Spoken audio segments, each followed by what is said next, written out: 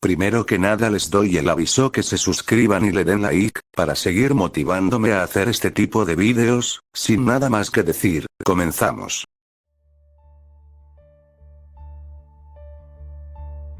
Vivía en un pueblo pequeño, no tenía muchos amigos con quien pasar el rato. Mi papá era un pescador muy habilidoso, me enseñó todo lo que tenía que saber sobre la pesca. Los fines de semana, íbamos a un río, donde mi papá atrapaba varios peces de gran tamaño. Ese río era especial para mi papá, ya que de ahí era de donde nos sustentábamos, y mi papá vendía todos los peces que atrapaba a un buen precio, pero no pasó mucho tiempo hasta que esto sucediera.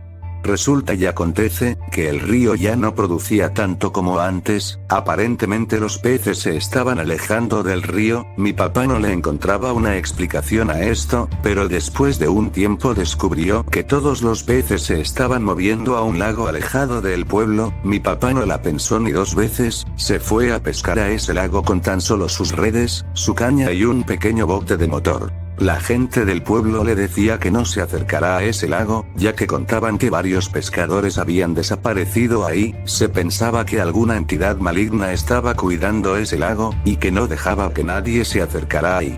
Mi papá, haciendo caso omiso a las advertencias de la gente, empezó a pescar ahí. Cuando volvía a casa traía grandes cubetas de pescado fresco a la casa, pero todo cambiaría ese día que mi papá fue de mañana a pescar. Mi papá se levantó temprano a ir a pescar, pero tras que pasaron un par de horas, mi papá no regresaba. Mis hermanos estaban preocupados, así que agarramos una pequeña lancha de repuesto y nos dirigimos hacia el lugar. Cuando estábamos a 5 minutos de llegar, podíamos ver a las personas del pueblo alrededor del lago, y varias lanchas de la policía se dirigían hacia ahí. Pensé lo peor, que mi papá estuviera muerto en ese lugar. Lamentablemente tenía razón, el cuerpo de mi padre estaba flotando en el río ya sin vida.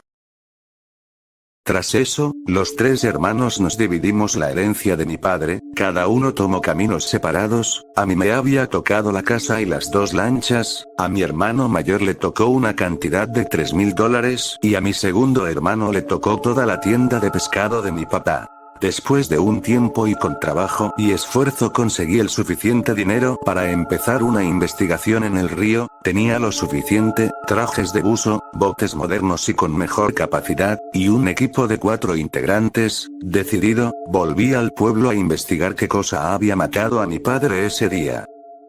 Cuando llegué, se me vino a la mente todo lo que pasó ese día, pero no le tomé importancia y continué mi camino. Cuando mi equipo estaba listo, nos dirigimos hacia el lago. Cuando llegamos recordé la escena del cuerpo de mi padre flotando en esas aguas. Preparamos los trajes de buceo y nos sumergimos en esas aguas tan oscuras que casi no se podía ver nada. Tras que estuvimos en el agua no encontrábamos nada, solo simples piedras y algunos peces, pero después mi compañero dijo que había encontrado una cueva submarina. No la pensé y empezamos a ir hacia la cueva.